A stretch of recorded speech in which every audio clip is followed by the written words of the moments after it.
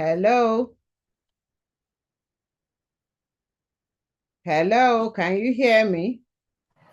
Good evening, Ma. I can hear you. Okay, good evening. Good evening, Ma. How are you today, Ma? I'm fine, thank you. Yes, Ma. I'm trying to share. It's saying host has disabled share. Okay. So you need to enable it. Good evening. How are you today? I'm fine, thank you. Can you hear me? Can you hear me? Can you hear me? Okay, I can hear you. Let me try to. Okay, great. Yes, I can hear you, Ma. It seems your internet is slow. Yes, Nigeria internet has been bad for some days. Right. Nigeria internet has been bad for some days. So I heard that they caught some sub something. Sorry. Yes, it's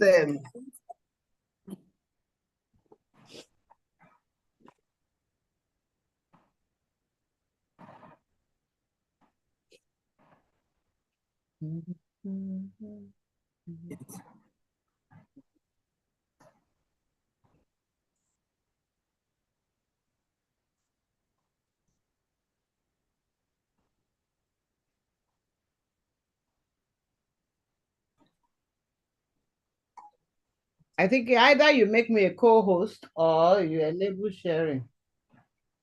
yes, that's what I'm trying to do, Ma.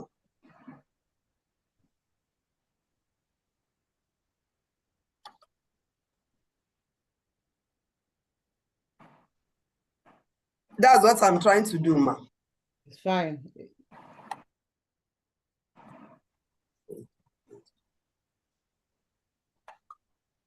Where is it?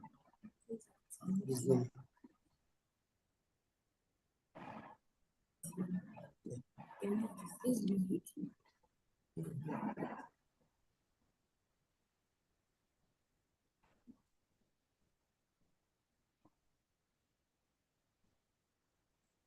Okay.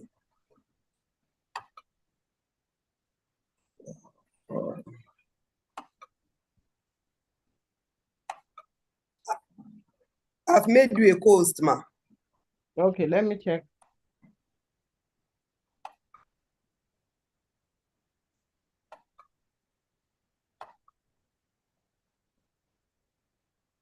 Okay, I sent you a virtual background too. yes, it's there. Okay.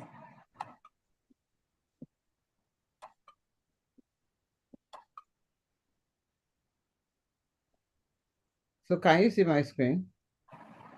Yes, I can see your screen. And it's sharing very well. Yes, yes, it's sharing very well. Okay, so let me stop sharing for now. What about log on to YouTube?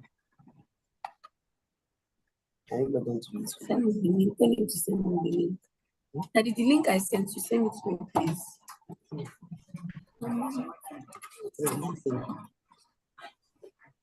Where's my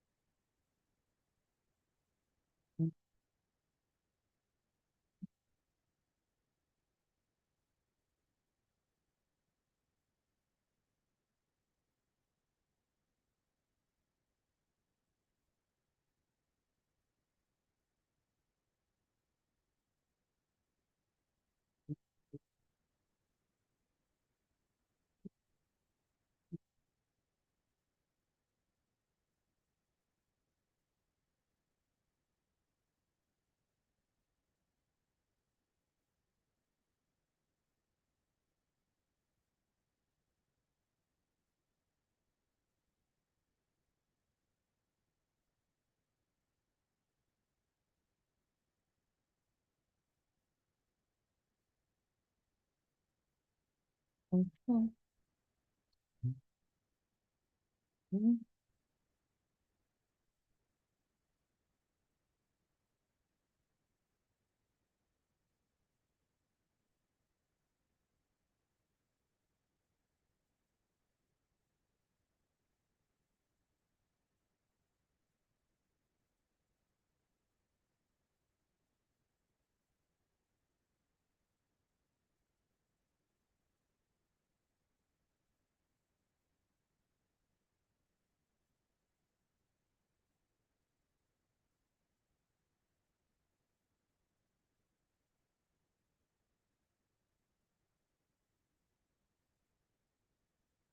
Mhm.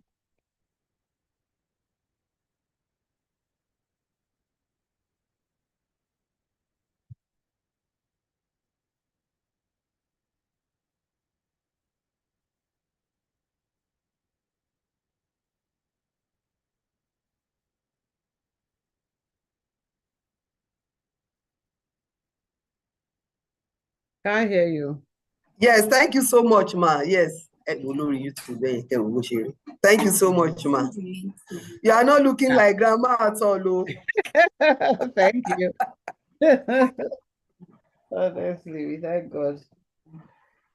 Thank Mhm. you, ma. I'm very grateful. Let me yeah, trying to see where I should session. Okay, great.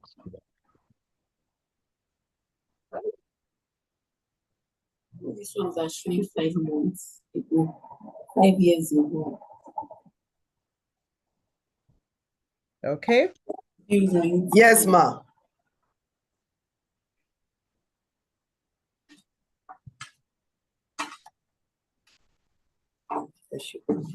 Thank you, Jesus. Every day we are making progress. Abio, we thank God. Yes, ma. Thank you, ma. Mhm.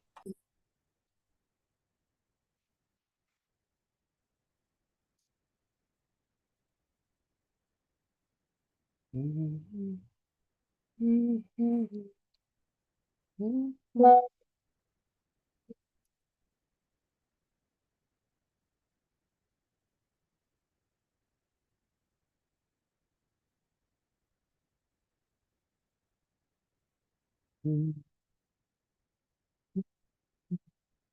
Mhm. Mhm. Mhm.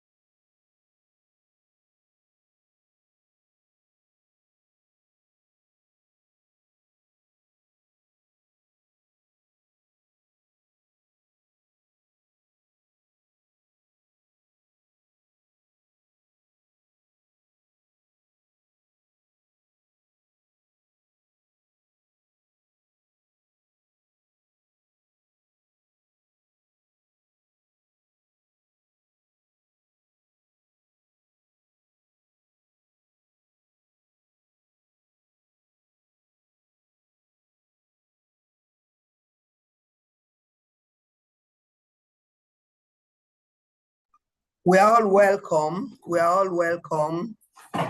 Thank you for joining. We are all welcome. We're also on YouTube, so please you can forward it to people to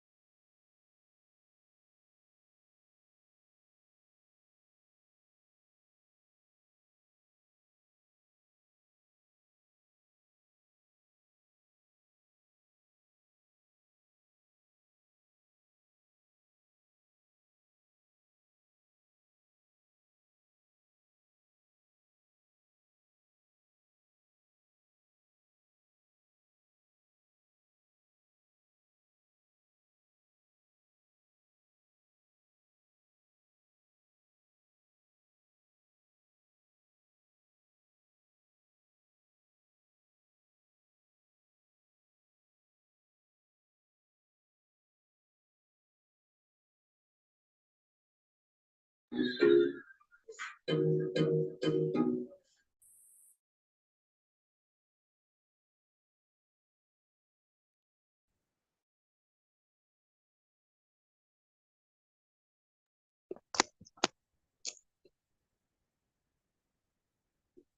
evening, everyone. Thank you for joining us this evening. My name is Maria Daniels. We are excited to have you here. Mrs. Funke is ready, and so is our guest host. Okay, so like we said, this evening is about thriving financially amidst amidst inflation, and we have a lot packed for tonight. All we just need is for you to be present.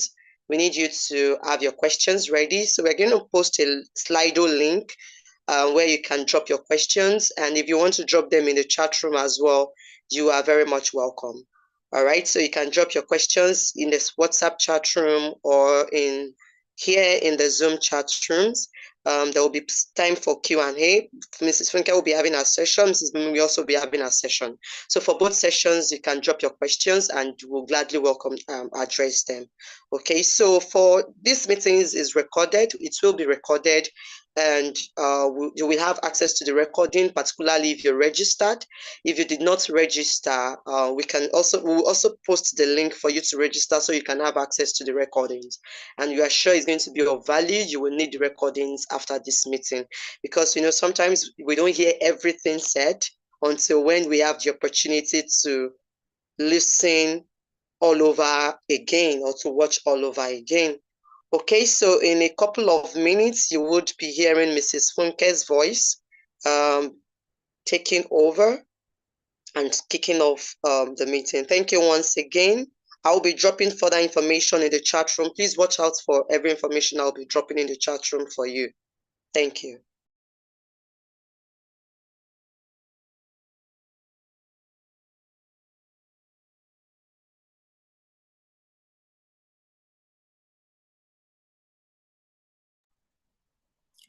Thank you so much, Maria. Thank you so much for that introduction. I'm glad to have each and every one of us here this evening. Thank you so much for joining the session. My name is Funke Alomo Olua, and we also have our guest tonight, Mrs. Bumi Lawson, Mrs. Bumi Ajani Lawson. She's also in the house. You are all welcome. Thank you so much.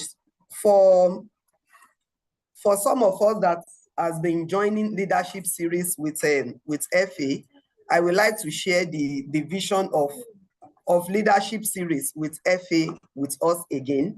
Yes, I know leadership series with Effie started sometimes in 2022. That's 2022 November precisely, and we started with managing your boss. Managing your boss. So leadership series with Effie is about building a people that are resilient and fortified to win on all fronts. Building a people that are resilient and fortified to win on all fronts. And when we talk about being resilient, being fortified to win on all fronts, it has to do with the wheel of life. And there was a time also last year when we actually took our time on the leadership series with Effie to look at the wheel of life. And we looked at 12 specific areas of life in which our lives need to be balanced for it to be actually meaningful. We took time to look at that wheel of life, and we discovered that some people, it's possible, maybe your career is working and your family life is not working.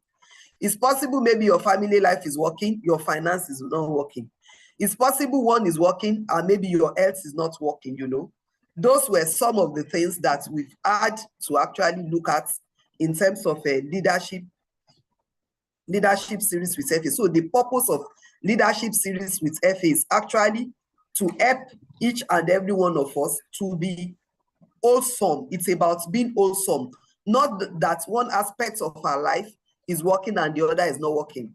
And there was also a time when we looked at the entrepreneurship journey, and we invited different people to actually speak on that. And that was when we actually started the Legend Edition.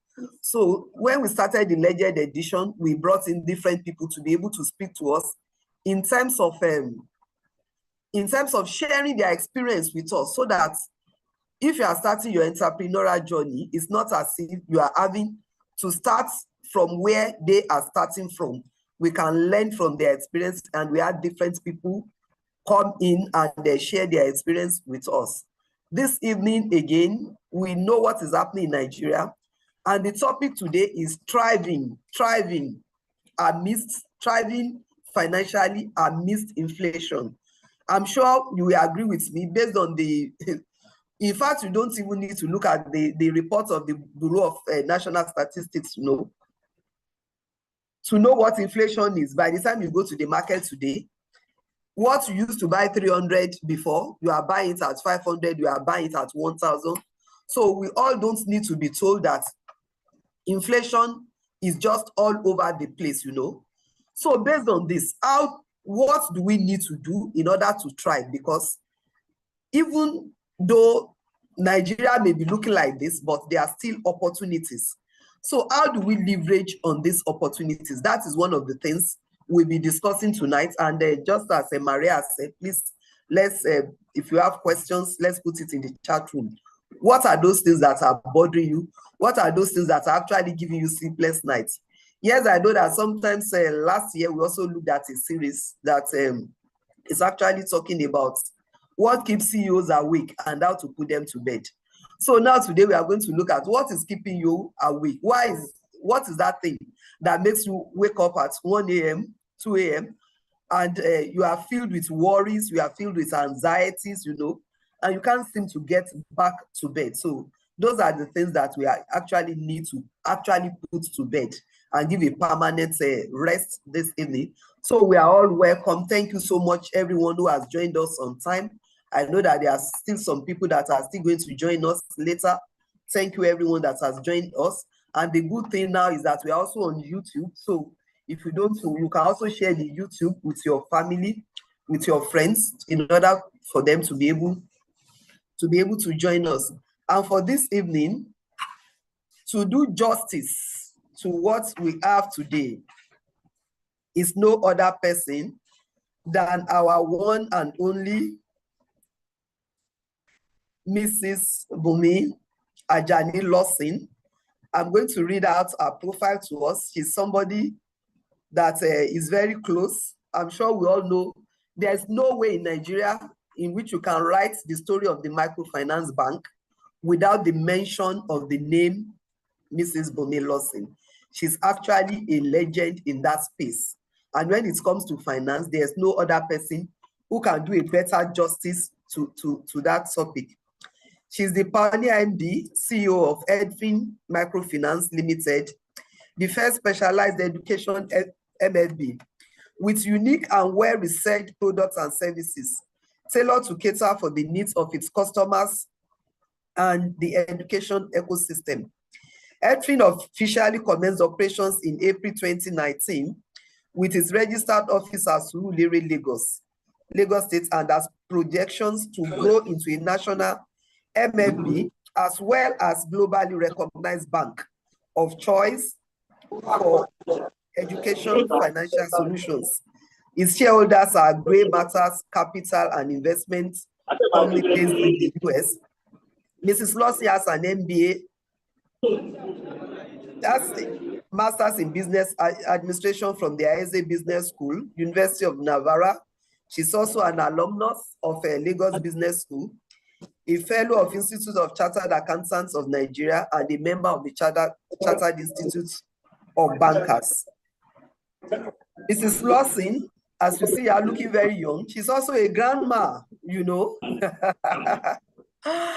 And the good thing about her is that she has been an employee, and now she's now an employer. So she can share both sides with us and tell us how best, if you're an employer, how best should you position, how best should you posture in this season, and if you're also an employee, how best should you posture. So it's my pleasure for each and every one of us to welcome Mrs.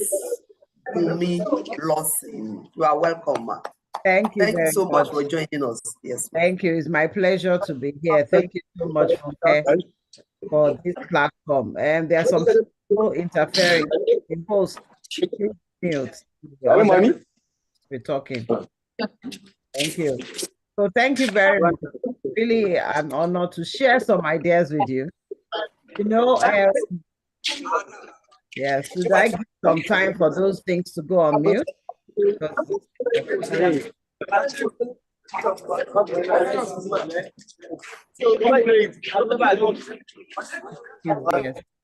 Okay, great. I've muted, I think it was Razak or something like that. Okay, so thank you very much for being here today. You know, when I looked at that topic, you know, I found it very interesting. And I even, you know, yes, I even had a thought that why did Funke choose me to discuss this topic? And I'm sure maybe it's because of my finance background. You know, I trained as a chartered accountant and so on.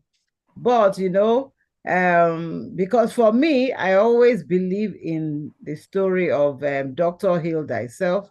You know, if you are looking at someone who wants to tell you something, you have to be sure that they themselves have done it. And everything I'm going to share with you today are things that I myself have done. I found them to be successful, and it has enabled me thrive in my own way. So let me start by sharing my slides and discussing the topic of thriving. What does it mean to really thrive? And what does it really mean to thrive financially amidst inflation? But I wanted to expand it beyond just thriving financially, to first of all say that wealth creation is how you thrive. And what does wealth mean? A lot of people typically think that wealth is just money in the bank account or, you know, having a lot of money. For me, it is not. There are so many things that make up what wealth is. And as Funke introduced me today, she talked about me being a grandmother as my first grandson. And to me, I just sort of felt that there's no wealth that I can have that will be wealthier than having a grandson. As I looked at my grandson, I felt to myself, oh, my name is going to be remembered, hopefully, for another 80 years. So to me, that is part of what wealth is.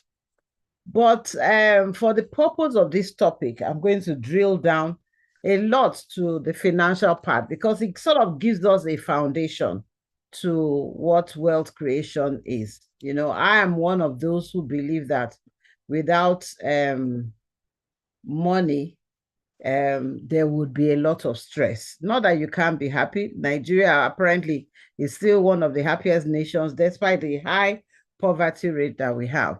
So having money doesn't automatically equate to happiness. And some of the ideas I'm sharing with you today, I've taken from a book, Richest Man in Babylon, as well as Rich Dad, Poor Dad, and Steve Covey as well in his book about about effective people. So those are some of the things that have guided me in my own life and that I've used to, you know, I would say, well, be contented with my life. So what is wealth?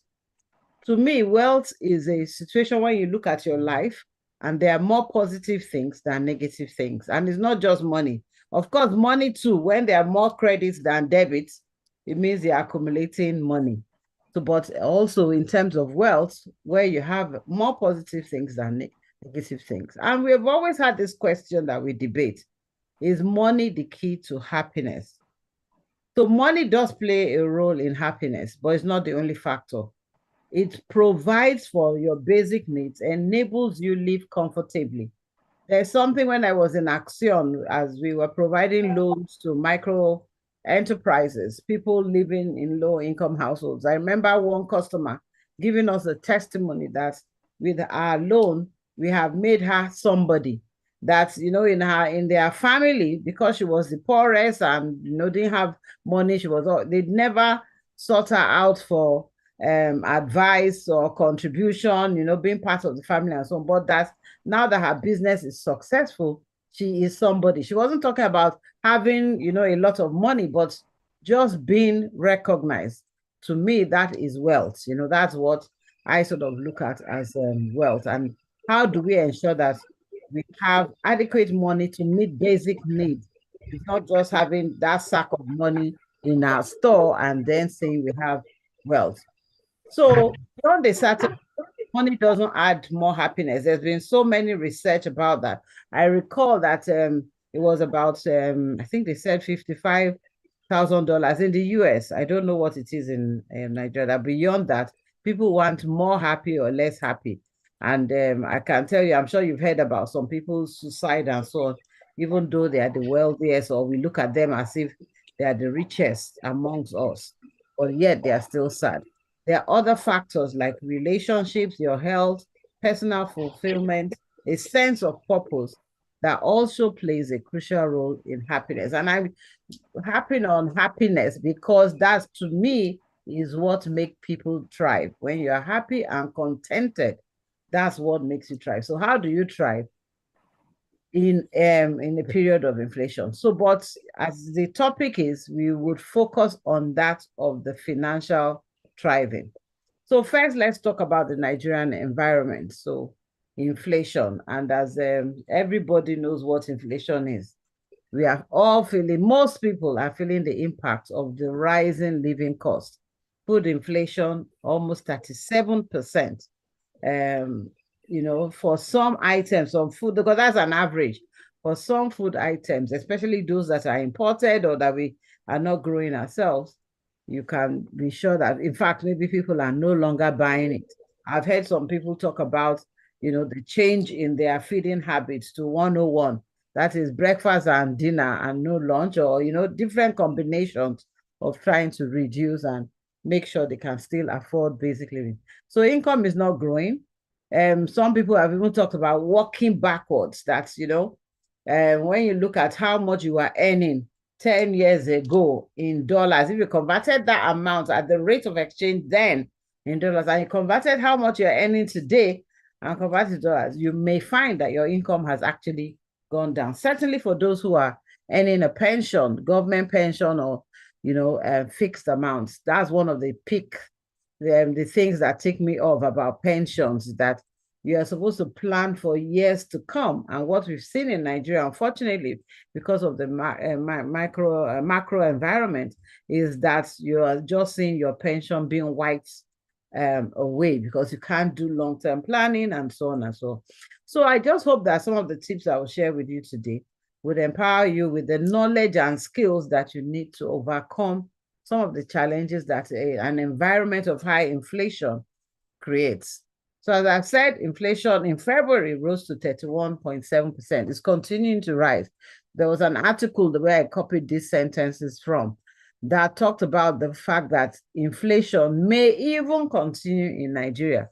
There are countries that have had even higher inflation than this. So we shouldn't think that we've gotten to the worst if care is not taken. That is, you know, Venezuela, you have Brazil, they are overcoming that now, but they've had 3-digit inflation. Zimbabwe is another one. So we need to just be careful that we don't get there. And of course, those are really within the control of government, how they manage money and so on and so forth. So this 31% has been the highest in 2 decades. We are just worried that inflation will continue. And then when you combine high inflation with the high number of unemployed Nigerians, then you can be sure that there's increased risk of protest, social tension, and possibly political instability. So social tensions we've started to see with all the crimes that are reported, riots, kidnapping, and things like that. Those are all a reflection of the tough environment. So why are we in this position? It's basically because our revenue is low for the size of our population, that is. So, or that we are spending more than the revenue we're making. So Nigeria, if you look at it from a financial point of view, is not thriving. So total revenue for this year, we're budgeted at 19.6 trillion. Majority of that comes from oil, and then the others from company tax, the few companies that are able to pay taxes. And you see that the key issue really is that our revenues are not diversified enough. The major income is coming from oil revenues. And not only are we not meeting our capacity for oil production of oil and sale, the demand, I actually feel over time is going to decline, and prices too are not going to be a boom that we've had in the past. But we are spending, we are making only 19 million and we're spending 28 trillion. So there's a deficit of over 9 trillion, almost 10 trillion. And what are we spending it on? We are servicing debt. Is the largest. You see the circles, the sort of show where we are spending our money. Debt and public order, safety, you know, and all of those things. So education, yes, is getting better. Health and so on and so forth. So why am I showing all this? I'm showing this because I have a concern that we are in this for the medium term. The issue of having high inflation, high interest rates, because the solution to increasing our revenues is that we need to create the enabling environment for people to thrive, you know, businesses to thrive, and that includes infrastructure, internet, roads, electricity, water, all those things for businesses to thrive and compete so that we can export and earn more income. You know, high unemployment doesn't enable us thrive. You are not going to be able to have taxes, all those kind of things. I was reading about governance in the US, and it was saying that the job of governance is to enable people thrive. So any government that does not enable its people to thrive is not a successful one. This picture is what it looks like a thriving country. So from the deserts, you can see it, to one that has infrastructure that is people needs to thrive. And and the reason why I say people thriving, government is not supposed to be the one generating its own revenue. That is going into business. Individuals and people, citizens of a country, are supposed to be able to create businesses, innovation, you know, have the manpower to sell something that others want, whether in-house or outside of Nigeria through export. But when government creates that enabling environment through providing proper education, health, our infrastructure, then people will be able to thrive and do that. If you look at various countries, and you say, why are they wealthy? Yeah, I'm sure you're going to be talking about private-owned companies, you know, the Apples, the Amazon, and so on and so forth. And that's what we should have a lot of in Nigeria that unfortunately we do not have. Now, let's drill down to the individual, so which I'm sure that's where I want to focus my presentation, because I think most people are here to say, how am I going to thrive? How am me and my family going to thrive, as opposed to business thriving? So business thriving tools, some of the ideas are there. They apply to both individuals and business. You just need to think about how do you apply that to a business if you're a business owner.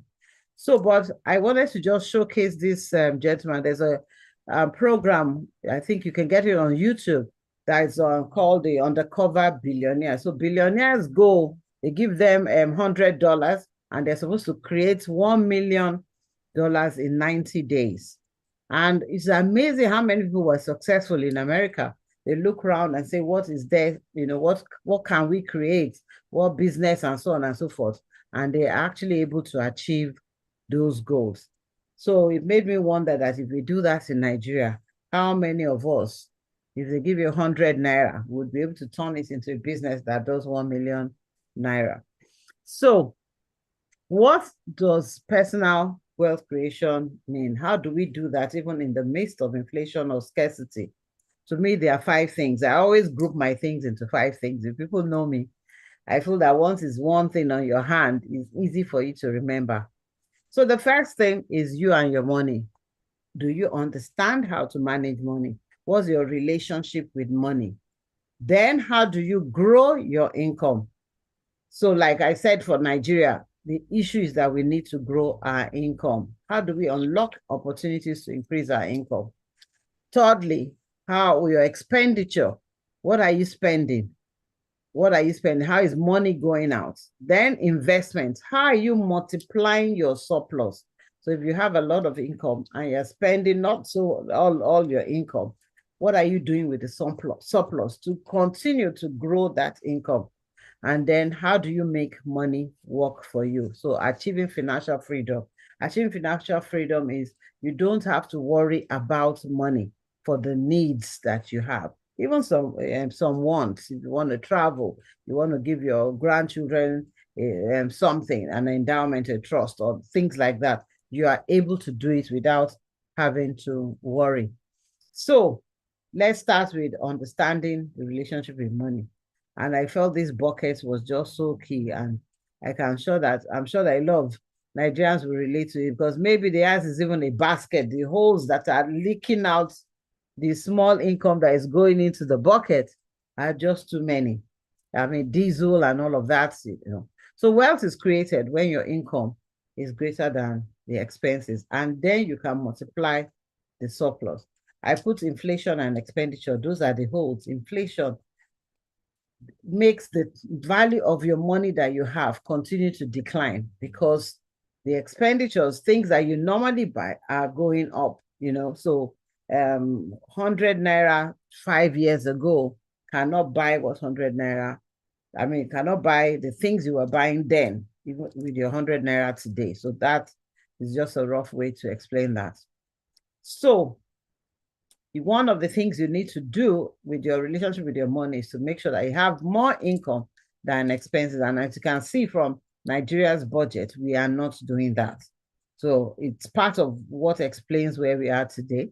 But I mean, we would look at it from an individual basis. So income and expenses. So let's focus first on income. How do we grow our income? Typically, most people get a job. So this quadrant, the cash flow quadrant, is very useful.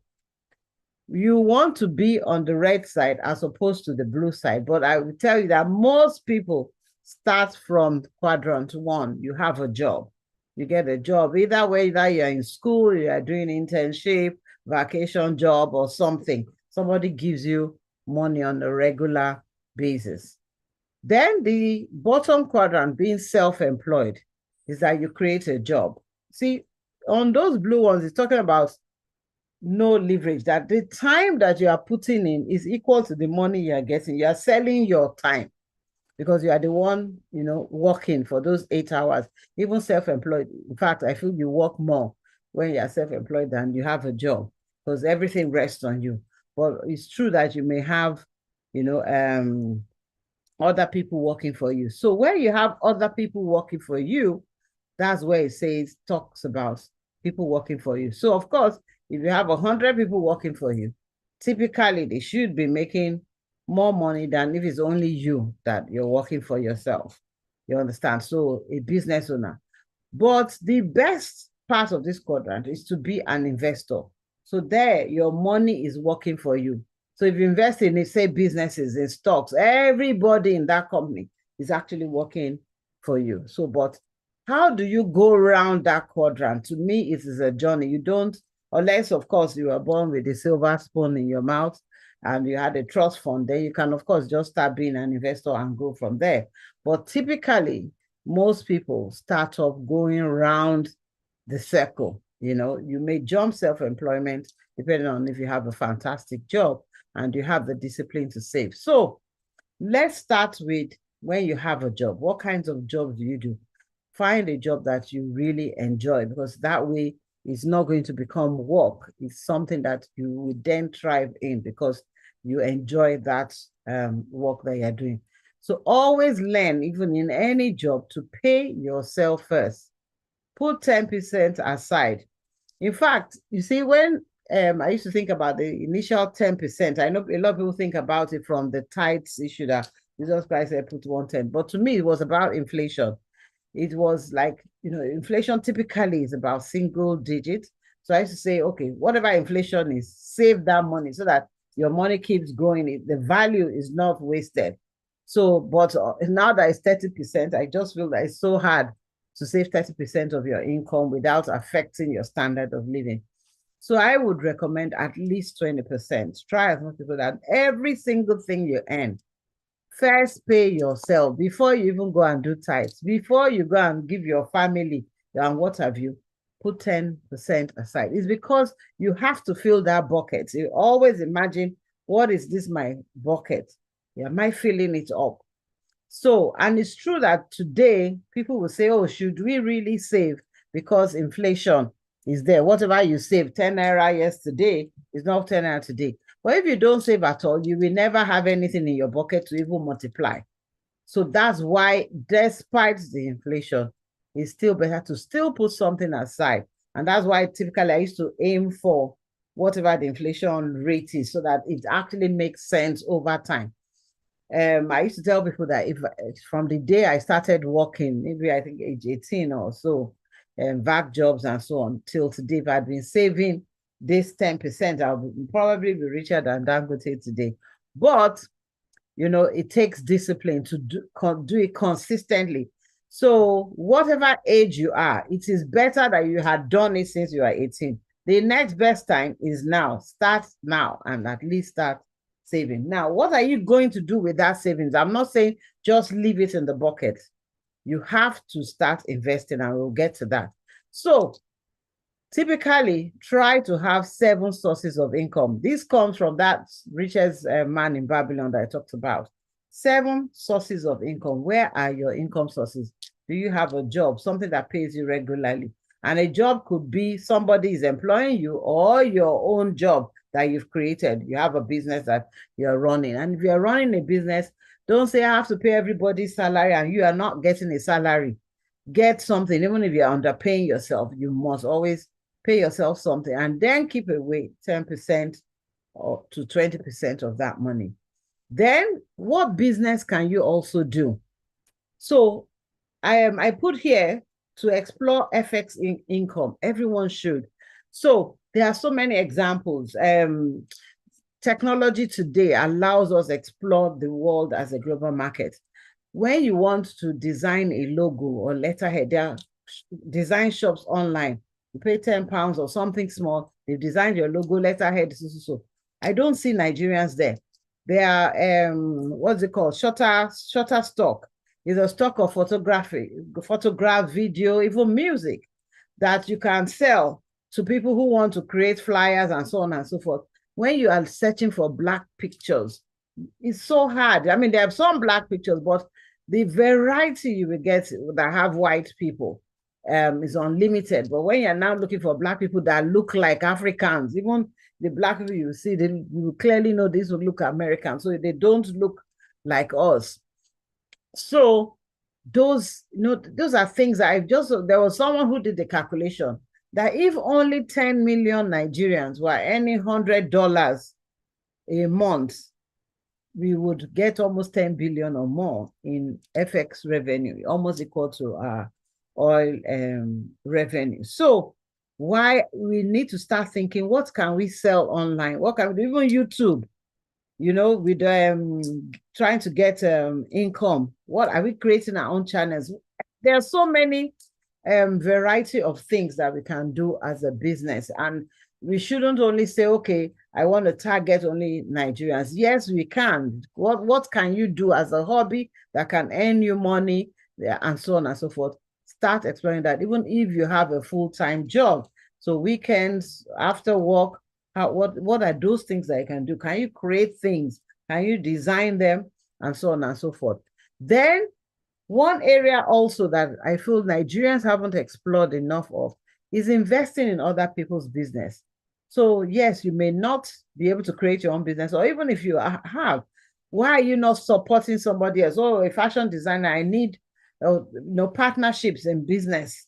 You could just be a silent investor and then also get revenues there. Of course, look for businesses that would make money. Don't invest in one that you keep giving. They don't make enough money. So there's a video that goes around on YouTube that was saying, talking about Apple, Microsoft, that's 2 friends. What are you doing with your friends? in terms of creating businesses. Some of the things that I have done is use my old classmates. We created a cooperative. We contributed money together, and we started running a food business, selling more meat and all those kind of things. And every year, in fact, this early, just before I joined you, we were talking about how to divide the dividends. So I'm not involved in that at all. You just contribute your money, and because you're bringing money together, you're able to even explore businesses that maybe as a single person, you would not have been able to do. Nigerians need to trust each other more. So one of the things I've seen is that we lack trust. So that's why we don't join in other people's businesses. So start investing in other people's businesses to see that you can be on their boards, you can be involved, so that you don't want them taking your money or spending it in a way that doesn't now eventually give you an income. Then passive income, the savings, make sure you're looking for the best rates. I talk a lot about FX savings. You see, when it comes to making money, I remove sentiment. Sentiment is where people will say, oh, it's because you are always buying imported things or buying FX. That's why the exchange rate is going up. To me, I don't agree. The exchange rate is going up because Nigeria is not generating enough revenue. It's not the demand for FX by citizens should not be a reason why we are FX is just going out of. It's because we don't have enough. So really, we should be generating FX revenue. So, but as an individual, you want your money to not lose value, not so that inflation, because the impact of inflation is that when you see 30% inflation, be sure that the naira is going to devalue against the dollar, because they are not going to allow you with your inflation at 30% and the dollar that is worth 70% of its value will still be buying 100% of the same dollar. So therefore, there would be depreciation. So that's some of the things that you need to sort of look at to know what's going to happen in future to the value of the naira. So as much as possible, try to do FX savings and FX investments. There are a number of platforms. I'm not here to advertise platforms, but please search. They actually enable you by you invest in, put in naira, but you can be buying foreign currency, stocks and things like that. You know, check the fintech companies. A lot of them offer this. So, but of course, it takes skill to invest in stock. Know which stocks to invest in, and so that you're generating FX. So as much as possible, try to, and there are mutual funds that are available right in Nigeria. In fact, some of them offer up to 8 or 9% return on dollar mutual funds. So you're not really losing your money, because even the inflation rate in the US is even below that 8%. So you're gaining value. Stocks, look for companies that are doing well. There are skills to invest in a stock. So I would advise people who don't have those skills to invest in mutual funds. Mutual funds is a company that's they are typically run by companies who have the expertise to invest in stocks, money, properties, and so on, and give you a return. So check their performance over time. Some of them, you know, have done really well. Have kept up with the rate of inflation. So you check their track records. And the reason why mutual funds typically does well is that is a lot of people putting in small amounts of money so they can invest in bulk. So try that. Real estate, land. I tell people, if you have that surplus and your bucket is there, even if it is 50,000 naira land. I remember when I started working, I was working in Tikal. This was in the 90s. Someone took me all the way to Chevron. I am then Badore. I felt it was like, you know, going on a long journey. I'm telling you, at that time, they were selling that land 50,000 naira. Today, most of those places, 50 million, 100 million to buy land, you know. So whatever land, and the reason why is just simple economics, demand and supply. The population of the world is growing. The land is not growing. So there's going to be more demand for land. If there's more demand for land, limited supply, price of land will go up. Just be patient. Make sure you don't go and buy land that doesn't have title or does not, you know, there's disputes, they take your land, or, you know, I know we have a lot of those issues, but land too is a good saving, even if it is somewhere far. But be sure that you are able to have a 10 to 20 year horizon for that land to, bring profit. But make sure that you inspect the land, and all of those things. You could even get proper real estate brokers to help you. And then on your portfolio too, I still feel people need to take risk, So when you have your pool that is that surplus, I put 1% here. This was before this 30%. So maybe 5% or more of your total investment. You could invest in some high risk things, because high risk is supposed to mean high return. High risk, I'm saying, doesn't mean just gamble your money away. For instance, some high risk could be somebody wants to do a film and they're looking for people to raise the money to do the film. It's high risk because you don't know if the film will do well. But if the film does well, sometimes the last one, I think people are reporting about Funke Akindele making over 1 billion. And the amount of money that you would have spent to create that film may have been low. So those are some of the things, but you will see that as I go down that list, the amount of money you need to start investing goes up. A job, maybe you just need to write your CV and go to school. That's what it costs you to get a job, Business, you then invest your own capital. You can start, some people start businesses even with 10,000 naira and grow it to something really big.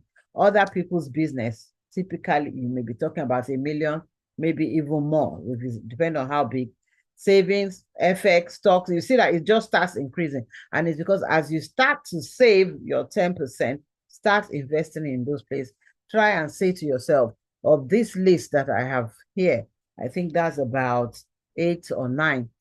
How many do I have? At least 7 sources of income. And I like this quote by Rockefeller. He said, I would rather earn 1% of 100 people's effort than 100% of my own effort. So one of the things I typically find is that people find it hard to invest in others. We need to start doing that. We need to come together to start investing, to create wealth.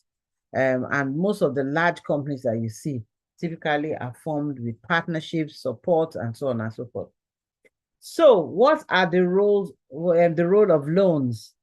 I've not been checking the chat. So somebody, if I'm running out of time, please give me a warning so that I don't keep talking too much. But we're enjoying you, Ma. Please, you can take your time. Okay, great. Thank you. So the role of loans.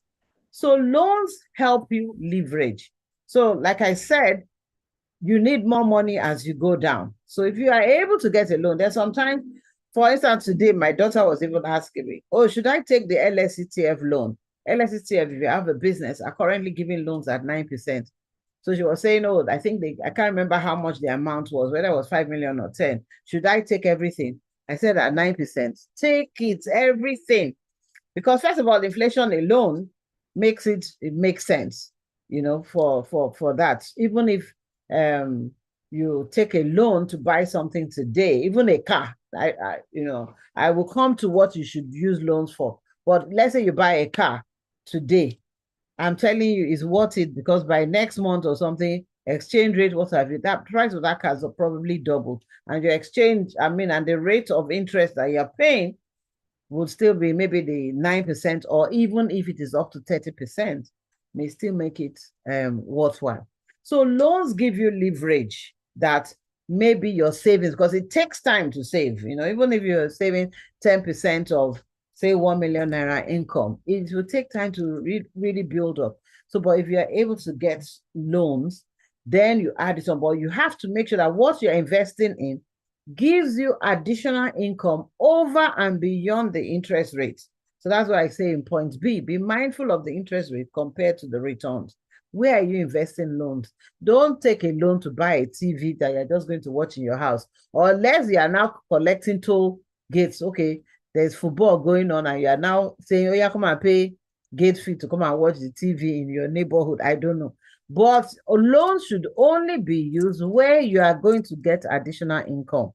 That's my advice. Of course, people use loans for consumption and all those kind of things, but I just sort of feel they get into debt, you're struggling to pay. Of course, in an environment of high inflation, sometimes people say it is worth it, because even if you are saving I remember Fela's song, you save, save, save. By the time you get there, the price has gone up. You save, save, save the price. So you never get to the amount. So, but be sure that you still have income coming in to make sure that it is worthwhile to use those loans. So my advice though is that you should use loans where your income is going to generate additional income over and beyond the interest rate that you're paying. So how do you get loans? Join an AJO, Rosca.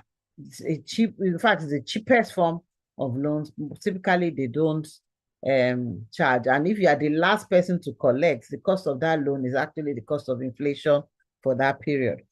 So the first person, of course, is free and then gradually increases to the cost of inflation. Then cooperatives.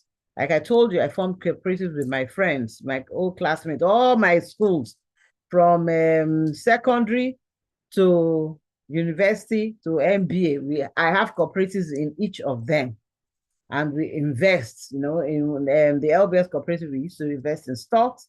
The other one did business, so many different things. The other one, we started giving other people loans.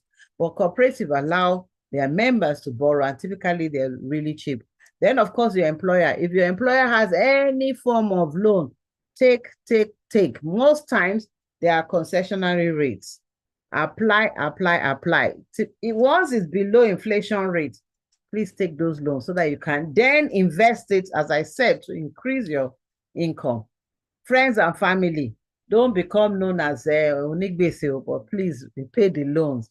But like if you want to set up a business, you have this fantastic idea, you're sure it will work. It generates, maybe you want to create an Etsy page. You want to be selling t-shirts or, something on Etsy that maybe has some fantastic codes that Nigerians in diaspora would love to buy, and things like that. And you need to raise money. Talk to your friends and family, and of course be genuine and repay their money or give them a % share of the business.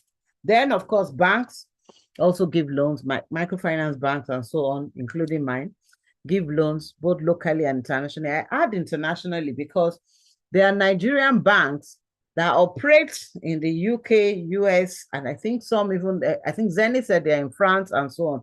What they typically do is actually give Nigerians loans in those country currency for them to invest in those countries.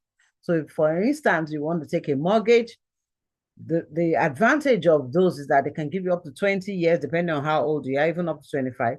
And then the rent that you're collecting from those properties pay off the mortgage, and you end up with your property in a foreign country that the revenue, the income doesn't decline, and you know that your pension is safe, is not in Naira that you have to start worrying about. And of course, the value of the property goes up, the rent that you're going to be collecting will go up. So those are options. Explore that for those who can. And then there are other institutions, so many finance houses, mortgage banks, and all of that. Explore what they're giving. There's the recent pension where they said you can use some of your pension to get a mortgage in Nigeria.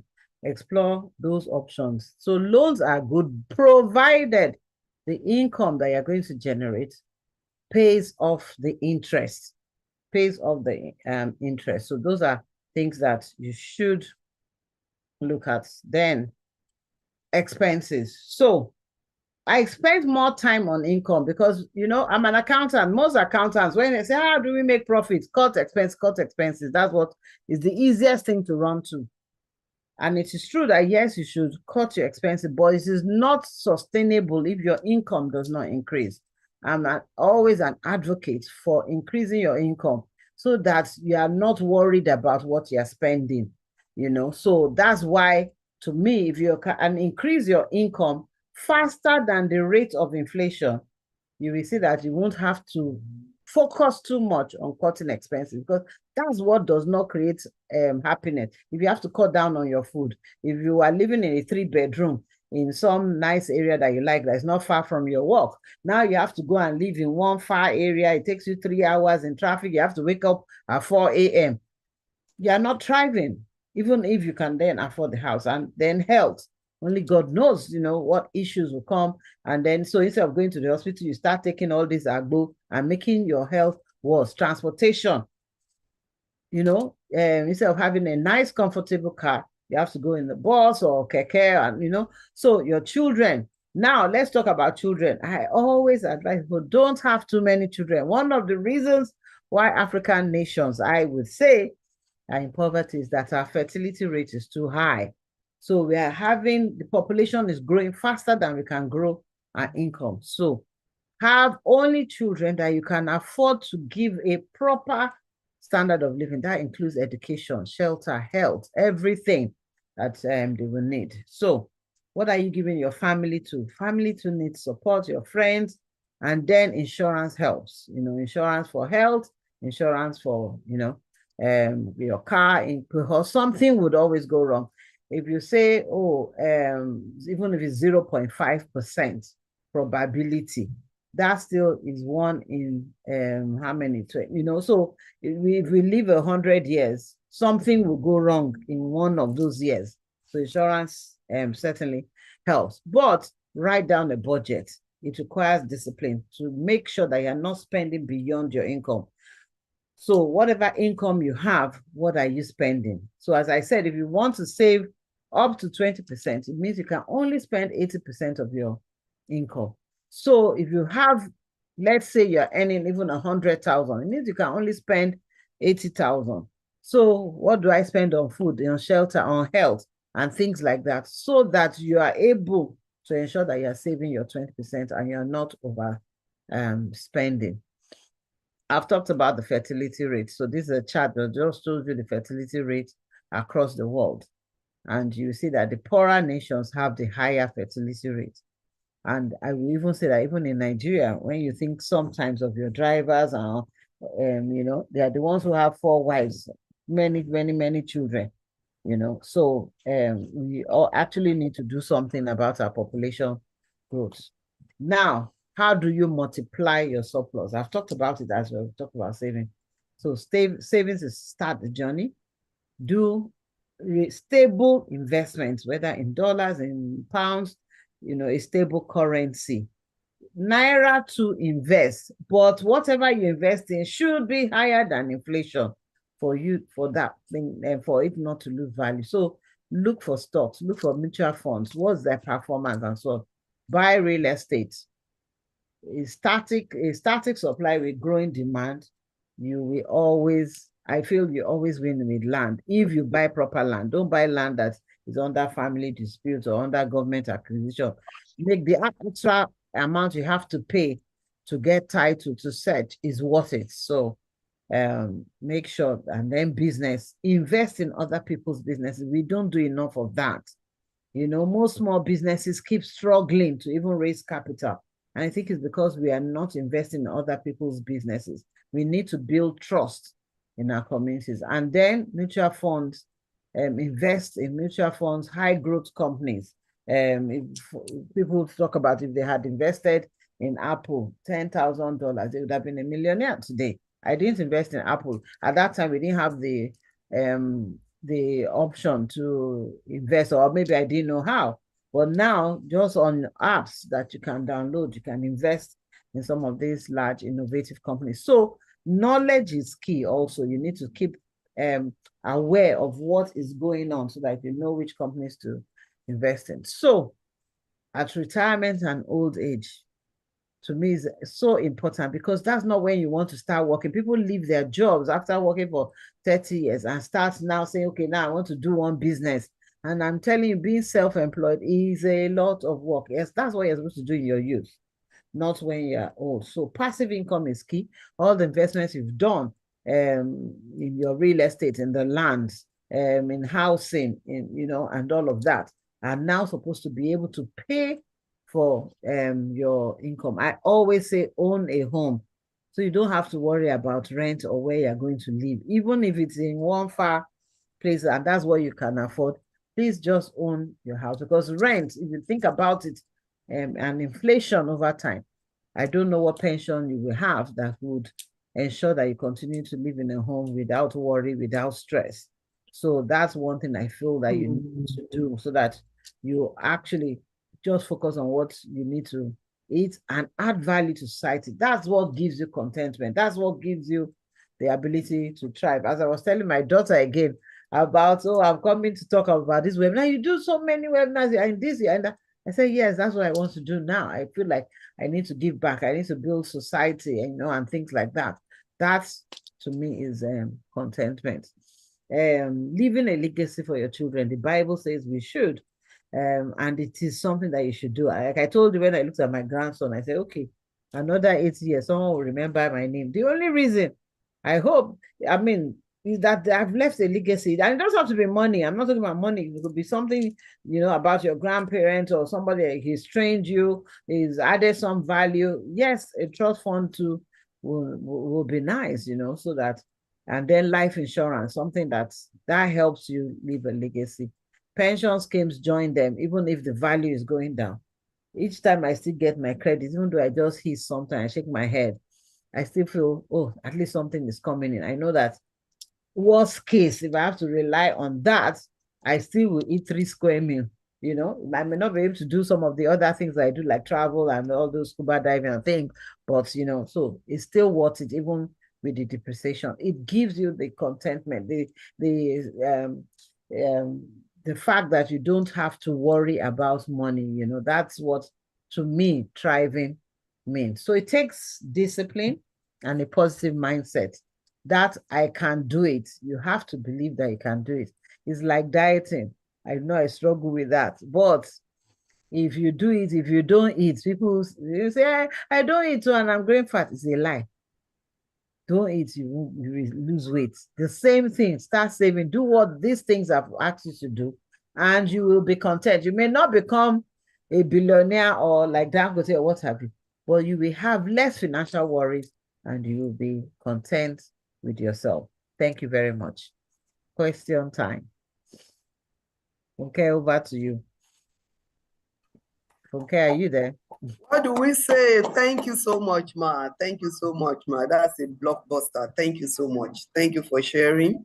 And the most important thing you also said is that you are not just teaching us from head knowledge, you are teaching us what you have practiced, what you have taught, what has worked for you. Thank you so much. Thank you so much, man. Questions? Do we have questions? Questions? Yes, people are already making their comments in the chat room. People are already making their comments in the chat room. Can we have the questions? So there's already a link. There's a Slido link and there's a number.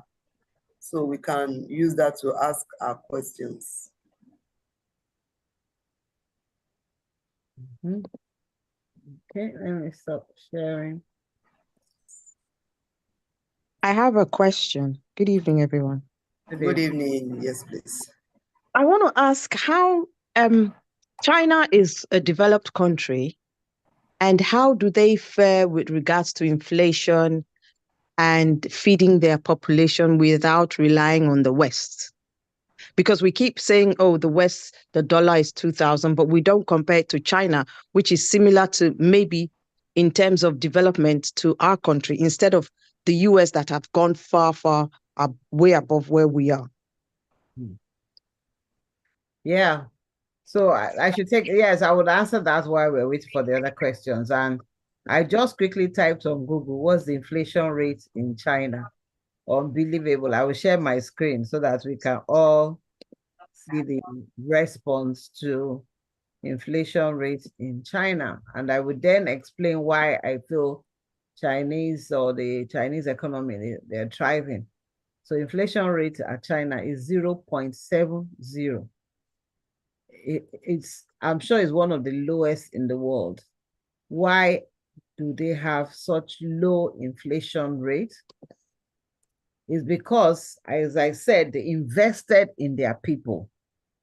One of the things I see in Nigeria is a lot of people keep saying government didn't do this, government didn't do that, government didn't do that. And this is true, government should do a lot, but typically it should be investing in a manner that enables people to thrive.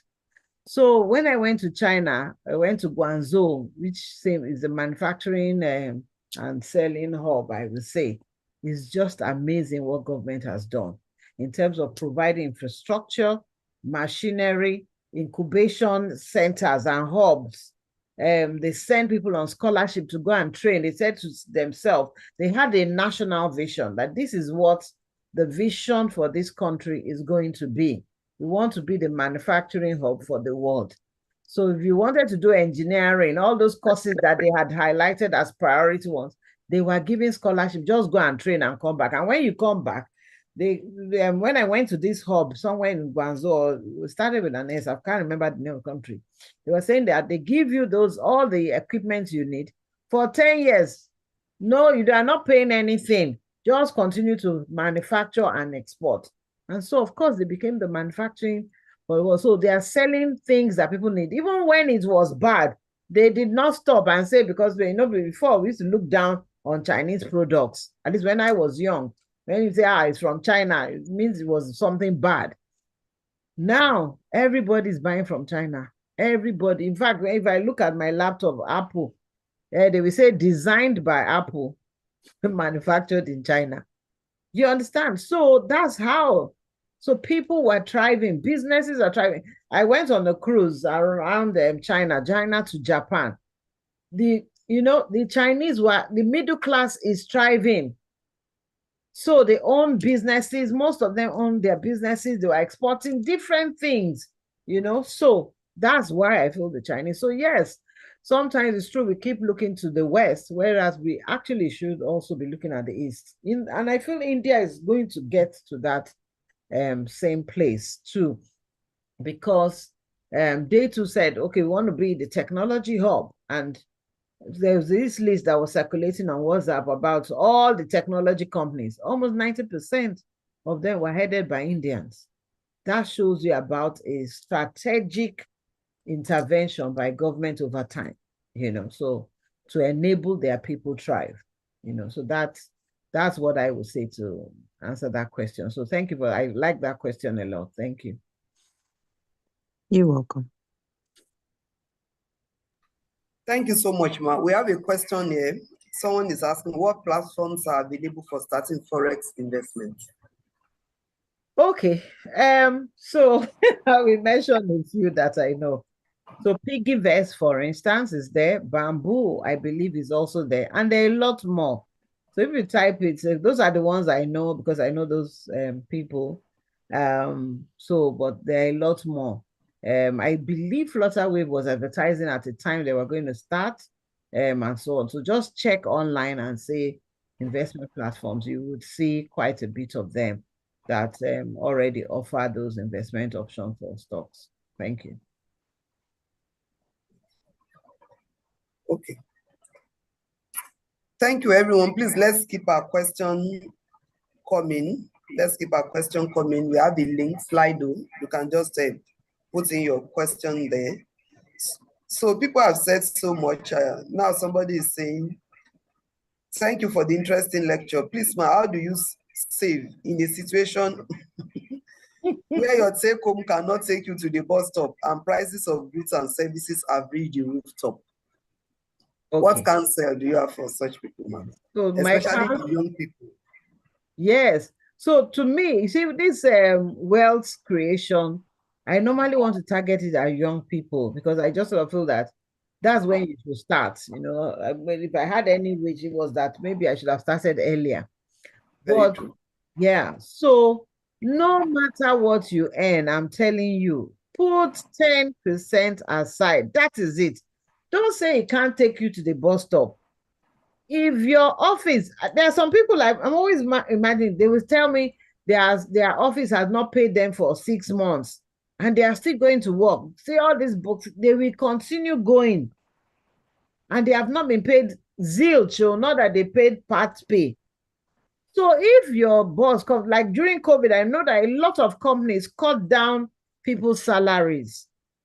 So, and people are still going to the office. How did they survive? That's what you should do, that no matter what, I am putting this 10% aside.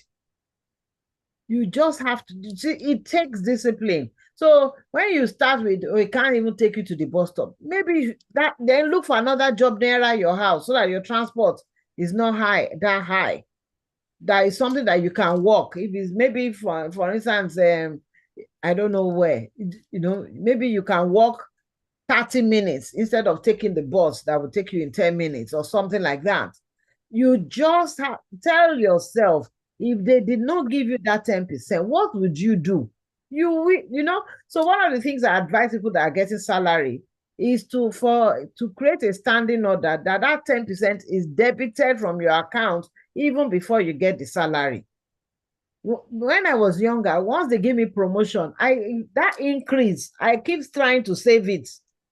Whatever the salary increases, I say, because I would say, if they didn't give me that promotion, would I not still live? So that's, you know, so it is just a mindset. That's why I ended on the positive mindset. You have to tell yourself, I'm earning 10% less. What will I change? What will I do differently? So no, even if you feel, yes, if it cannot, for instance, then what's the point of going to work that your transport, everything you spend is more than the salary? To me, it doesn't make sense. Start looking for another job nearer your house, or create a business nearer your house, so that at least you must just tell yourself, it's almost like having to drink water. I must save 10%. If I was earning 10% less, would I not survive? You have to. Thank you.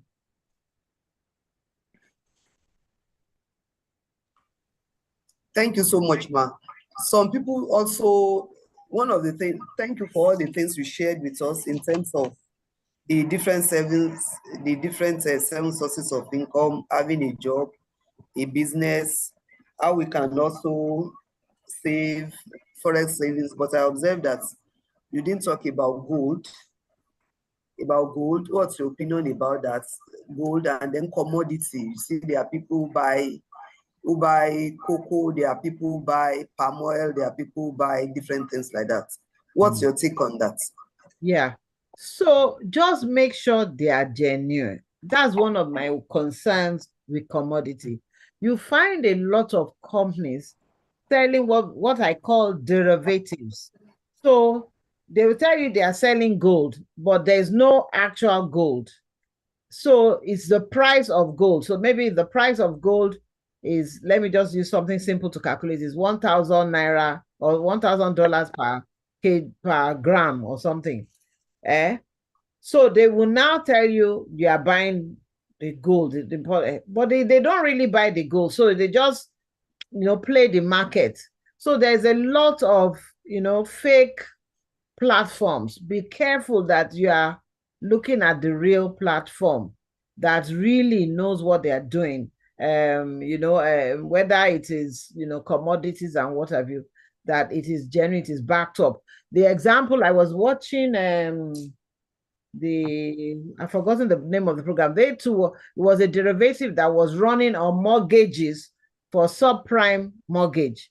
So they kept creating the derivatives on mortgages that were likely to fail because they were overselling. So the substance was not, the money was not backed with substance. So that's one of the things with commodities. So yes, some commodities last long, and buy them, keep them. Yeah, but make sure that it is genuine. That's the key issue. Yeah. I think somebody asked a question. I think so. I saw something about farming. Okay. Yes, I'm a crop growing farmer. The cost of inputs are very high and affecting my farming business. Please, what can I do differently to thrive in this hard time? Farming, I would say, is one of the most lucrative. I don't know what crop you are growing, because if I look at food inflation, it's actually the highest in the basket. I think food inflation is about 37%. So if you are selling what people are buying, then your prices should reflect those costs of inputs. So it's really because in farming, of course, you are not telling me what crop you're planting. One needs to say, what are those inputs and how can you pass on the cost of farming? How can you pass it on to the products that you're selling? So you have to create crop that I would say has long storage. They don't get destroyed in a short time, and the demand is high. So you need to look at that. What is it that you're cultivating, and what's the demand for it? It's hopefully it's not luxury. I remember even when I was in a microfinance, some people go into fishery, and yeah, fishery sounds, I mean, people buy fish, but there was this farm that was doing luxury fish. You know, they are very big, and you know, by the time they want to sell it, people could no longer afford it. So a lot of the fish, you know, just kept eating each other. They had to keep feeding it beyond because it was a luxury. So whereas to me, pivot to chicken, or you know, where the demand, fast food companies were complaining they are not even getting enough chicken, you know. So those are the kinds of things that I would say, that look at what you're producing. Is it easy to pivot to something that the demand is high and it is not perishable? Because I think when I think about farming, what I see is that a lot of it gets wasted or perishable, so that you are not able to then pass on the full cost on the few things you are now able to sell. So I hope that's useful. I'm not a farmer, so but maybe talk to, that's the only thing I can think about from a business point of view. So, but talk to farmers and try and see what is it that you can sell that is really in high demand, especially even exporting Nigerian food abroad. Explore it too. Explore those kind of things. Well, how do you, what are the mechanisms in place? Even snail, all those kind of things. You said crops though, but you know, I don't know, cassava, potato. I was in the Tesco store in the UK. I was in products from Egypt, product from Senegal, none from Nigeria. This sweet potato, carrots, apples, South Africa, none. I didn't see anything packaged from Nigeria unless you go to Nigerian stores. But even that is good too, because you're able to pass on your cost. So maybe where are you selling? You know, is another thing. Thank you. So thank you so much, Ma. Somebody is asking, please, what business would you advise a woman to go into right now with 100,000 naira based on your microfinance experience? Something around food. 100,000 naira, something around food. That's what I would advise, you know, something around food. Food always sells. Look for a place that has high traffic, you know, affordable food. So maybe they have a lot of workers, builders or something, 100,000, so that you're not having to rent a store or something. You know, you go and supply food. I recall the story of a dear friend where she wanted to start her food chain. Is one of the largest ones today. She started in the boots, in the boot of her car, going to supply offices with packaged food. So those could be the things that, you know, today, 100,000, you will cook it one day, sell it off, maybe you make 150, cook another 100, and then you're, you know, saving small like that. It will take a while, but you know, that's what I would say. Food. 100,000. The next one I would have said would be health, you know, like maternity or pharmaceuticals, but I think you may need slightly more than 100,000. But with food, you can do 100,000. Yes. Okay, thank you so much, Ma. I'm sure there are also people who are online who don't have questions, but they also have contributions and they would like to share. They would also like to share what their experience has been. How have they been thriving in this period? How have they been surviving? I know what some women do now is to do bulk purchase, you know, bulk purchase. They buy things and they're able to share, you know. Somebody goes to Mile 12 and buys a lot of the things that is needed and all that. So please, if there are other things that you are also doing to thrive in this season, it would be nice for you to share. Yes, I see Dr. Adigun's hand up. If he yes, please. Ask questions. Dr. Adigun, yes. Thank you very much for the opportunity. And also let me say thank you to Madam Lawson for a well-delivered presentation. I just want to say I should add a little contribution to the person that talked about farming. Although we don't know exactly the kind of farming that the person is doing, but tomato farming. Tomato farming. Okay, so what I want to add to to that is that Mrs. Lawson has actually provided solutions to the question that the person asked. I want to add that for the reason why people are saying farming is not lucrative is that, when you just produce directly and you take it to the market, you may not gain so much from it, except you had a little value to it. Like the lecturer said, that you can store for a while, or you had a little value. People that make so much gain from farming are those not directly involved in farming. They are those that are buying products from the farmers and they are, taking it elsewhere to sell. So I would just encourage the farmer to add value to his products, and at the end of the day, he's going to get more, rather than selling to the person that is going to resell or that is going to add some values to your products to make more money from your effort. You are the real producer. The other set of people in the value chain of farming, they're actually making more money than the real producers. So I just want to say that, please add value to your product. Don't just sell it directly to people that will go and add value to what you have done, so that they take more benefits than you, who has contributed so much to make sure that these products are available in the market. So thank you for the opportunity. I just said I should add a little that contribution. Thank you. Thank you very much, Dr. Thank you so much for that contribution. Do we have other people who want to share, who want to speak? Our YouTube audience, are there comments on YouTube? Okay, thank you. Just appreciation on YouTube. Thank you so much. Is there any other person who wants to share?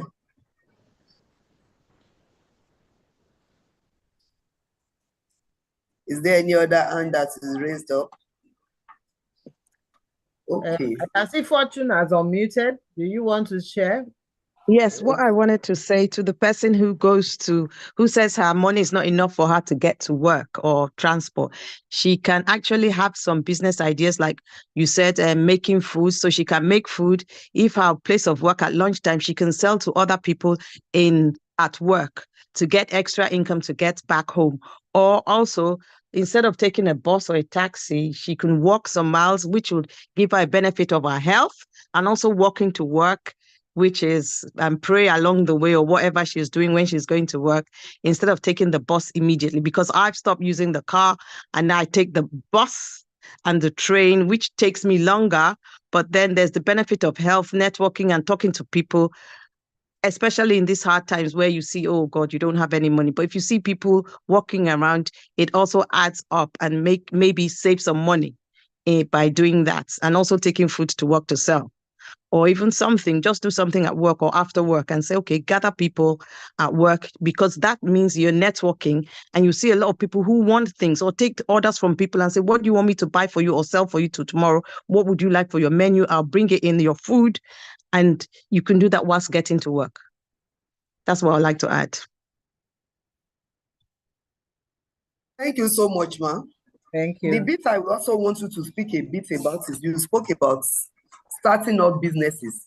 So how do people find their passion in order to be able to start a business? And while talking about starting businesses, there's something that you actually said about the business, that they shouldn't go into a business that is actually a drudgery, where they are just pushing themselves just because of the money they stand to gain, but something that they enjoy. For instance, you were in microfinance, and then after you were doing general microfinance, attending to all those women with 50,000, but the time came when you now decided, oh, let me just focus on the education sector. So how have you helped people over time to be able to find their passion so that they can focus on work that they actually enjoy?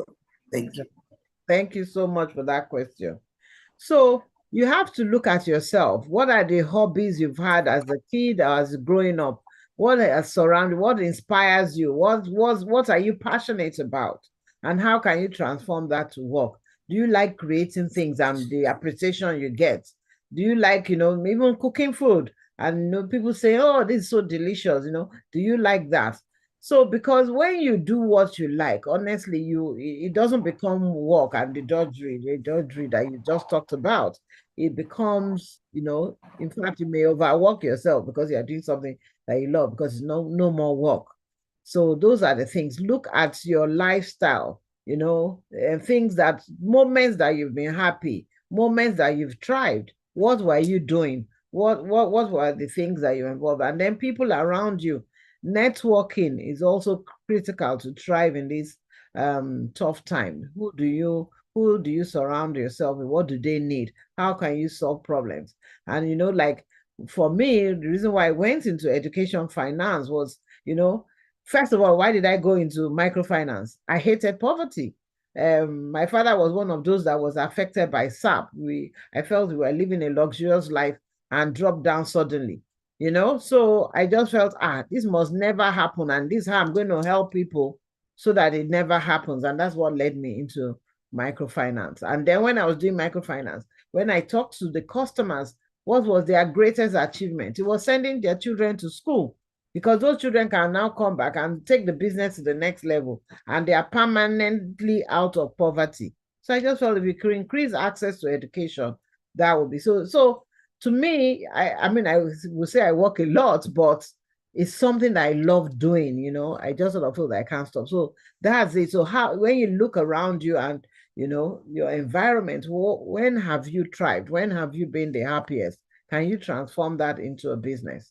And that's how to look for things that would make you happy. Okay. Okay, thank you so much, ma. So for some time you were running Action as a CEO, and eventually you retired and all that, and you decided to set up your own business. So how have you been able to manage your energy level at this season of your life? I think that's something very important. And now you are a grandma, your money is working for you, you know, and you have time, just as we spoke about thriving, you know, you have time to go visit your grandchild, you know, take care of your daughter, to take care of the grandchild and all that. So while all that is still going on, money is also, there's a lot that is, there's a lot every day, and there's also alarm once in a while. So how have you been able to cope with having to work offline, you know? Okay, you are working online, not physically at the same time. How have you been able to manage all the stress that comes with this season? Okay. So the number one thing I would say is to surround yourself with good people, you know, both at work, you know, and my business. The only reason why is because I would say I have some good employees that I can delegate to, that I know with minimal supervision they will be able to work, you know. And then even to manage stress, surround yourself with good friends. One of my very best friends is on the line too, and some of my other friends too. So if I start mentioning names, so that they don't start fighting me, I'm not, you know. So those are things that keep up my energy level. When I see my friends thriving, when we can talk together, share ideas, and like I told you, all these, even my group cooperatives, you know, in different forms, you know, I keep making sure I maintain my friends. We do business together. All of that will just keep you active. Then exercise. My friend also talked about walking, you know, and all of that. So exercise, energy. I do Zumba. I love dancing. So I turned that into an exercise. I haven't done that since some time that I've traveled, but those are things that you love. So surround yourself with things that you love. It's not only just money spending. That will keep your energy up. That will keep you happy. That will keep you able to meet those challenges. So the exercise, good food, friends, those are very, very important to enable you continue to thrive. So the other thing we like to also ask is, how do you learn? So we have told to unlearn, learn and relearn. So how do you learn? What's your feeding system that keeps you active, that keeps you agile, that keeps you on the, it makes you are just at the tip of cutting edge. You are not outdated, you know. All the things that were sent to you, you knew how to set everything up yourself. Yes, Thank you. It's true. I laughed when you said we should do rehearsal. I said, okay.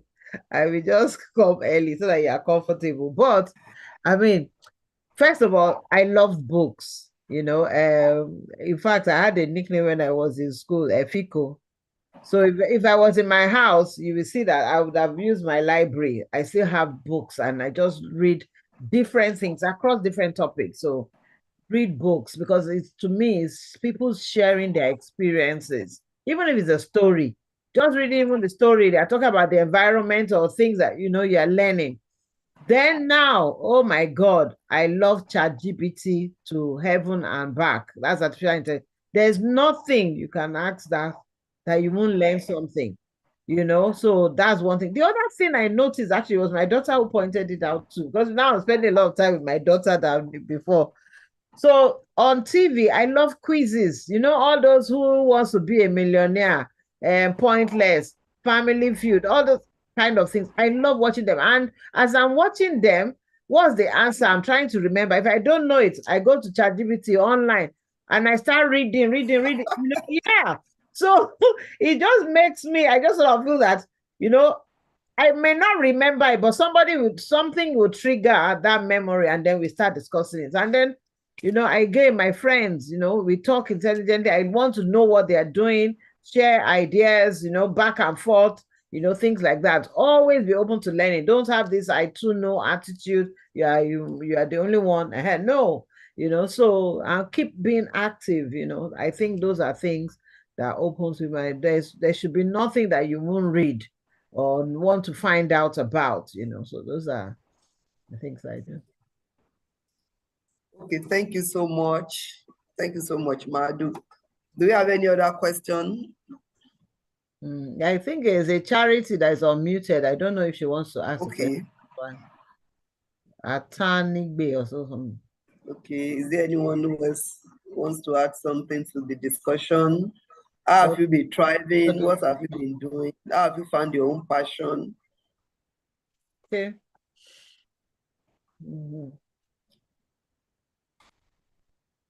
Okay.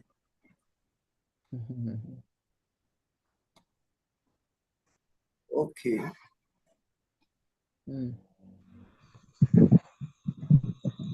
Is there someone trying to say something? Let's see the YouTube audience.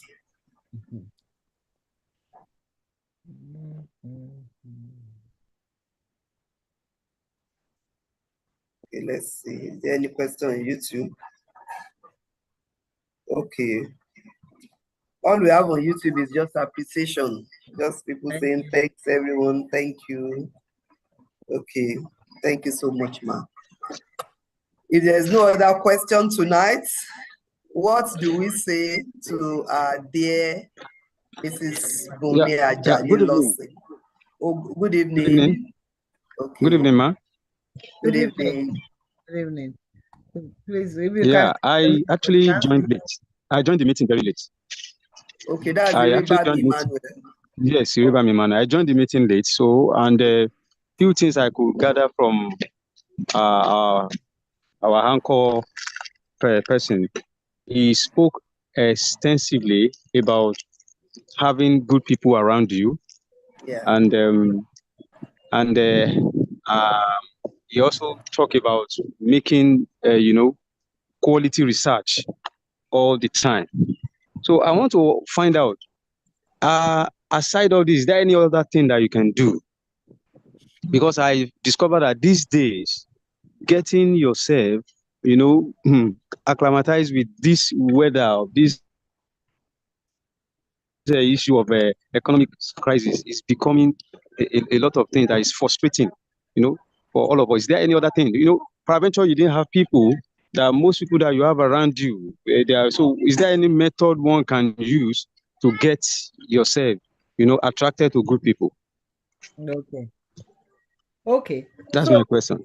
Yeah, thank you very much, and thank you for listening in. Even though you joined late, it seems you took a lot of the key points about surrounding yourself with good people, also business ideas, looking at great business ideas and how to invest. So to answer your question, is there any other thing? There is a space for luck. I want to call it luck, but prayer. and God's blessing. Okay. You know, they will say, so that wherever you go, you know, Have you collected it? so one of the things I would say about prayer is that it gives you a sense of confidence that something is going to happen. You know, that faith. You know, Yes. therefore, you are going to be able to walk up to somebody and ask them, ask and you shall receive. I was even just telling my staff the other day that what I do is to say, if I need something, I can ask God, I can ask Jesus Christ. Who is greater than God or Jesus Christ on this earth? If I can do that, God, who are you that I cannot ask you? So that also helps so that you are able to ask, you are able to seek. So when you're saying, I want to be surrounded with good people, what does that mean to you? When you say, okay, what kind of people do you want to meet? So let's say you want to say, okay, I want to know people who have similar business with me. How are they working? Where do they go? What do they do? You know, then tell yourself, okay, I'm going to put myself there. So for instance, when my daughter wanted to set up her business, I told her, look for conferences, attend those conferences. There are some that are free. Be there, network. Make sure that when you go for any conference, just like you asked this question now, we now know your name. It will be recorded on YouTube. People, you guys stand up. I am Bumi Lawson. So. They will remember you. Ask an interesting question in that conference. You will see even afterwards, people will come and meet you and say, that was a good question, you know, they will, and ask people for their cards. Keep your phone numbers, contact them, add value to yourself so that people to seek you. What value to are you to adding to those people, you know, so that it's not that you're just taking. It's give and take. You know, those are the things I would sort of advise. Thank you. Okay, thank you so much, man. So what she has said is that show up. Yes. Show up. And show up as the best version of yourself. Show up powerfully. Show up. Let your voice be heard in the room. Don't just be in a place and you are just part of the numbers, but show up intelligently and also being a correct person. So thank you everyone that has come tonight. We're really very, very grateful for your time. Thanks to everyone that has turned up, and most of you waited till the end of the event. Thank you so much for coming. So this is one of the things we do in leadership series with FA. Yes, it's important to have taken all this learning, but most importantly is to actually apply what we have learned. So today, just to recap for Urebami and some other people that came late, please, if you are not the speaker, please mute yourself. So one of the things we spoke about at the beginning, there's a WhatsApp group that's the link has been shared in the chat room, and the purpose is for you to be able to have access to the recording, or the other alternative is for you to register. If you register, we can send it to you. Otherwise, we do where people. So she spoke about you and your money. How do you grow your income? That is not just first about you saying we need to cut expenses. How much of expense can you cost? There's just a limit to that. But how do we grow our income? And she has told us that it's actually very important for us to have about 7 major sources of income. You have a job. If you have a job, pay yourself first. If you have a business, we should exploit Forex income, you know, no matter how small. We should also try to invest in other people's business. She spoke about that. Then in terms of the passive income, she also spoke about the need for us to save. When we save, do Forex savings so that the money is not devalued. And then she spoke about the need for us to buy stocks. If you are not knowledgeable enough about buying stocks, then it's important for you to actually look for mutual funds and invest in mutual funds. Real estate, and the reason for real estate is because, just as you and I know, is that the land is fixed, but people keep increasing. The population keeps increasing along the way. And the one other thing she also spoke about that I also learned tonight is the fact that at least 1% of our income should be put in high risk, high return. And it's good the way she has put it at 1%, so that if we lose it, then we've not lost anything too significant. But the good thing is that that also gives us an opportunity to be able to try her hands on different things. She spoke about the role of loans. So there are questions that are being asked. People begin to ask you questions. Christians actually take loans, take into consideration that the Bible says we will be the lender, we'll be the ones lending and not the borrower, and take into consideration that the Bible also told us that that the borrower is servant to a lender. But one of the things that has been demystified today is we've been told about, if you must borrow, what should you borrow for? We were advised that it's okay for us to borrow. However, when we are borrowing, we should also ensure that the interest we are making is more than the expense. And I think that's something that is very, very germane. Even if you look at the Bible, the woman that came to meet the woman that came to meet prophets and was told that, what do you have in your house? She said she has a little oil, and she was told that she should actually go and borrow vessels, not a few. She should borrow vessels, not a few. So it's okay if we are borrowing, but we are not encouraged to go and borrow for consumption purposes. So we need to know why we are borrowing. We need to know why we are borrowing.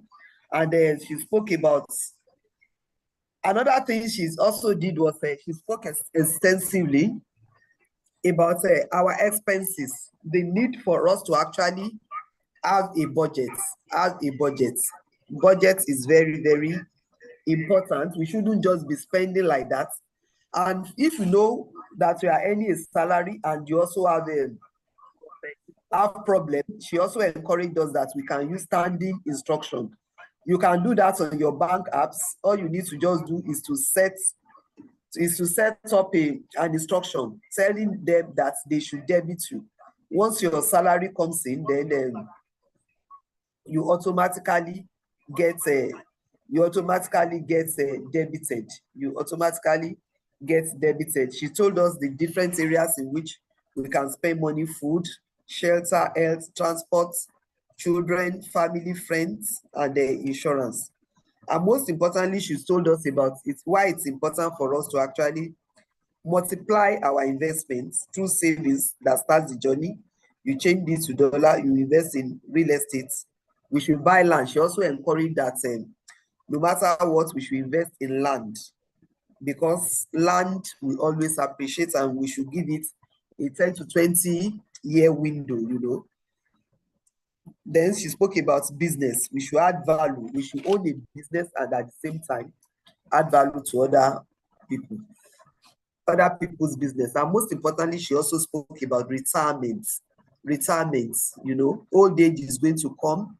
When old age comes, then there's going to be a lot of health expenses. You need to, not because we are not doing the right thing, but just because we've been using our body for such a long time. You need to buy supplements. We need to do different things. She encouraged us that passive income is key: pension, investments, life insurance, leaving a legacy for our children, and owning a home where we do not have to pay rent. Some people ask questions about platforms for starting forex investment. She spoke about PiggyVest and Bamboo, and so that the need for us to also surround ourselves with good friends, talk to our friends, find out what they are doing. And one of the things she has also said is that all our paraco people, maybe from primary, secondary, university, as far as our MBA class, you know, that they all have cooperatives that they are doing. These are things that we can learn from. And that way, the relationship is very productive. You know, some of us, we are in groups and we are wondering, why should I continue to be in this group? All they are just hearing is jokes every day. Then we could see that they are adding value on a day-by-day basis, you know. I know someone told me that if I get on that group, I'm just wasting my data to download all the different things, but these are profitable things. So these are things that we can also take away and be the light and be the change in that environment, which is also why you are also taking time to come for a webinar like this to be able to rub mind with people. And she spoke about reading books. reading books, managing her energy level, and that she loves ChatGPT, which is very, very, very nice. Thank you so much, Mrs. Bumi Ajani Lawson. We are very grateful for your time. Thank you so much. Please, can we put hands together for her? She's done a fantastic job. She's done a fantastic job. Please, can we all unmute? Let's all unmute and tell her thank you. Let's all unmute. Please, Thank you, ma'am. Thank you, ma'am. God bless let's you, all ma'am. unmute. Thank And you hold so our much, seats. ma'am. Thank Yes. you. Please, you Thank can you. unmute and let's have your appreciation. Thank you so much, Thank ma'am. you, ma'am. God bless you. Thank you We very really much. appreciate your God bless time. you. Thank you so much, ma'am. Thank you, ma. Thank you. Thank you so much, ma'am. Thank you. Thank you. You're welcome. You're welcome. It's a pleasure indeed. Thank you, everyone. So let's quickly take our picture. Just hold on 1 minute to show that you are here. Let's quickly take our picture. So if you like, you can now put on your video.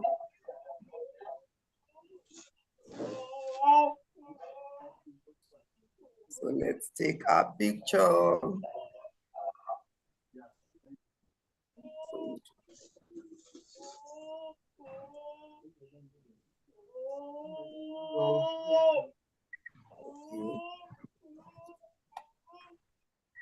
So settle.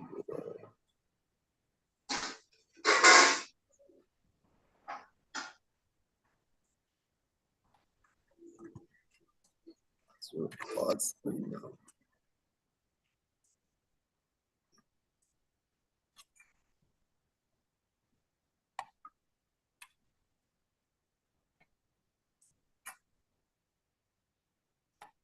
Thank you, everyone who has come tonight.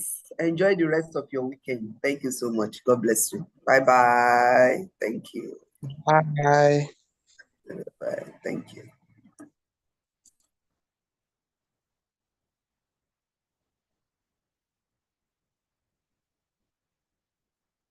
Thank you to the YouTube audience. Thank you so much, everybody on YouTube. Thank you so much.